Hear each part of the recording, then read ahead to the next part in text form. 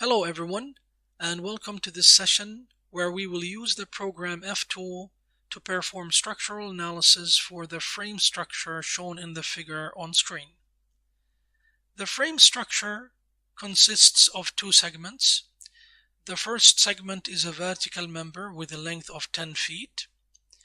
The second segment is a horizontal member with a length of 10 feet. The support at point A is pinned, and the support at point C is a fixed support.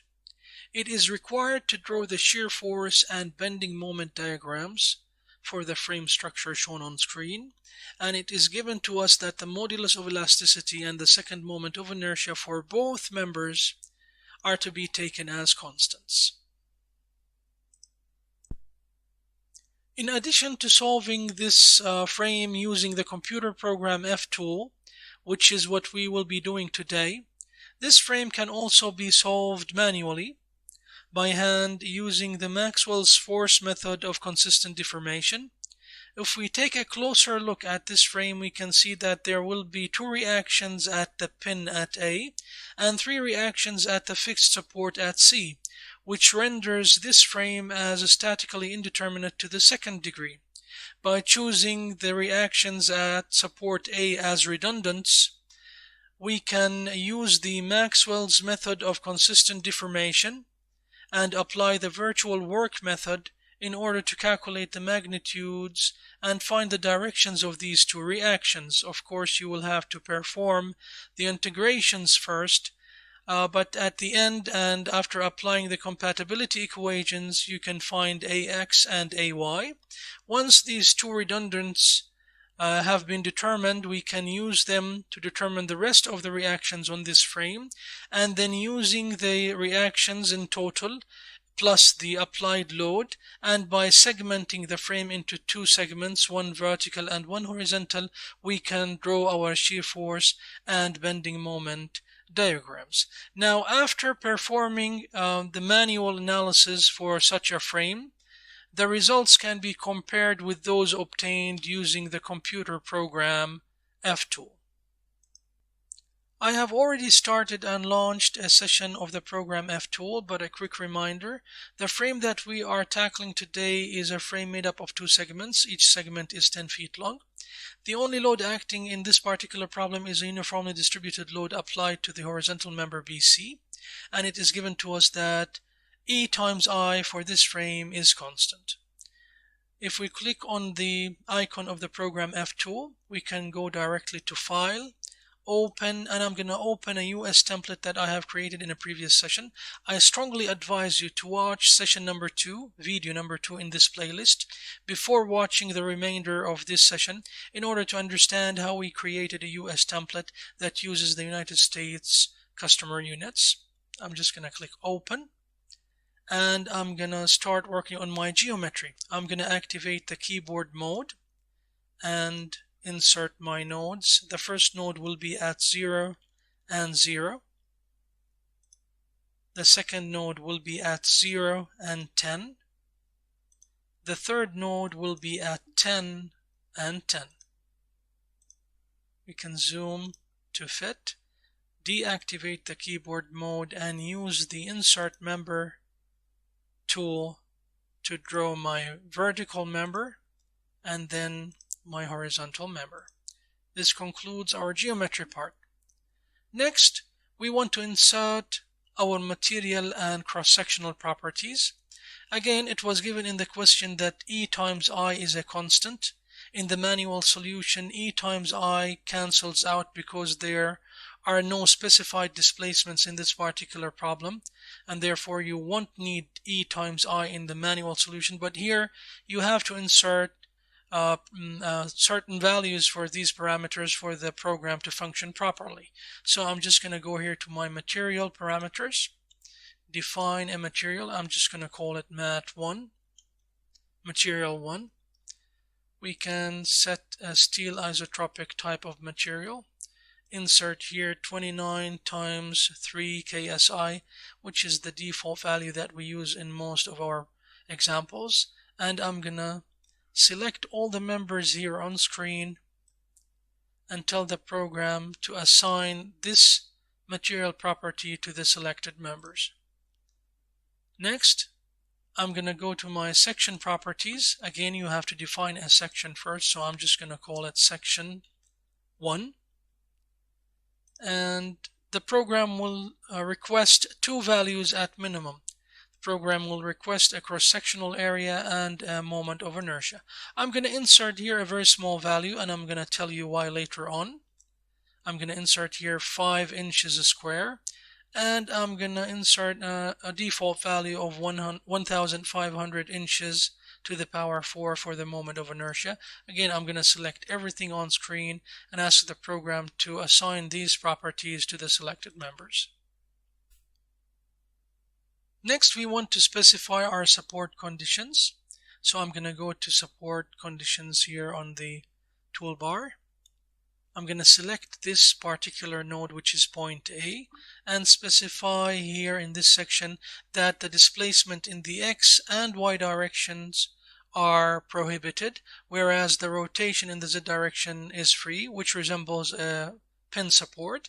And I'm going to ask the program to assign these support conditions to this particular point here by clicking on the Apply Support Conditions to selected nodes. The other support at this particular point here is a fixed support, so I'm going to freeze the rotation as well and ask the program to assign these conditions to this particular support here. We can actually put here a 90-degree rotation and assign it again just to make it look nicer. Next, we need to define and assign our load. So I'm going to go here to Uniform Loads. I'm going to define a new load, call it load 1.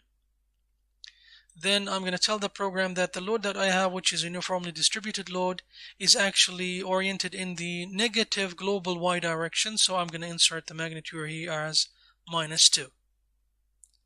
I'm going to select the beam segment and ask the program to assign this load to this particular member here. At this particular point in time in previous sessions, we just went and ran the file in order to obtain the results. But in this particular session, I want to draw your attention to a very important piece of information related to axial deformations. When we obtain our hand solution using the Maxwell's force method of consistent deformation and by applying the virtual work method, we actually considered the part that is related to the flexural displacements, the part that has the integrations in it, and we actually neglected the part that is related to axial deformations, which is the part that has the summation of axial forces. And therefore, the results that we obtained during our hand solution are the results that actually neglect all axial deformations in the members of the frame. Whereas if we go to Ftool and click on the deformation constraints, we can see that in this particular solution here, the axial deformations are activated and the flexural deformations are activated. So in order to have compatible results, when we are talking about the hand solution and the computer program results, we need here to cancel the axial deformations. In order to do so, we can deactivate the axial deformation, then select all the members shown on screen and ask the program to assign this setup here, which only considers the flexural deformations, and assign these displacement constraints to the selected members. Now, if we click on the diagrams in order to obtain the results, we will see that the reactions obtained using the computer software are identical to those obtained by hand. I'm just going to go here and zoom in this one and show it on this side next to our computer solution. You can see that we are actually obtaining the same reactions, the same values of the reactions. Whereas, if we come back here again and tell the program to consider axial deformations, perform the same procedure, and go to results, you will see that the reaction magnitudes have changed. Therefore, One way to get rid of axial deformations in the computer program Ftool is to go to the deformation constraints, deactivating the axial deformation, selecting everything on screen and applying this particular setup to the frame at hand. If we plot the results, we will get identical reactions to those that we obtained through the manual solution. This is one way of doing it. There is another way to do the same thing that does not actually require us to go to the deformation constraints. Instead, we can go to the cross-sectional properties and assign a very large value for the cross-sectional area of the members of the frame. Remember earlier in this video I inserted a very small cross-sectional area of 5 inches to actually show you the effect of the very small cross-section on axial deformation. Here the members have very small cross-sectional area, and thus the axial deformation was huge and it actually affected our solution. But if we try to insert here a number that is huge for the cross-sectional area, let's say I'm going to insert 1 times e to the power 12 and select everything on screen and assign this particular setup to the frame that we are considering. Now if I try to get the results, I will see that I will get identical reactions to those that we obtained through the manual solution.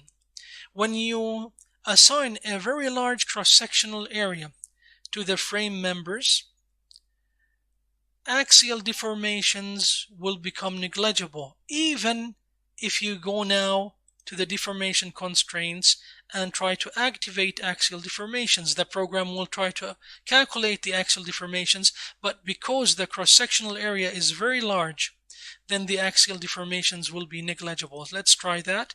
I'm going to activate axial deformations, select everything, and assign this setup to everything on screen. Remember, now the axial deformations are activated, but if you try to obtain the results, you will see that we will get reactions that are identical to those that we obtained in the manual solution. We can remove the reactions from here so that we can look at our diagrams. This is the normal force diagram or the axial force diagram. You can enlarge or reduce the size of the diagram from here. If you click on this button here, you will see the shear force diagram.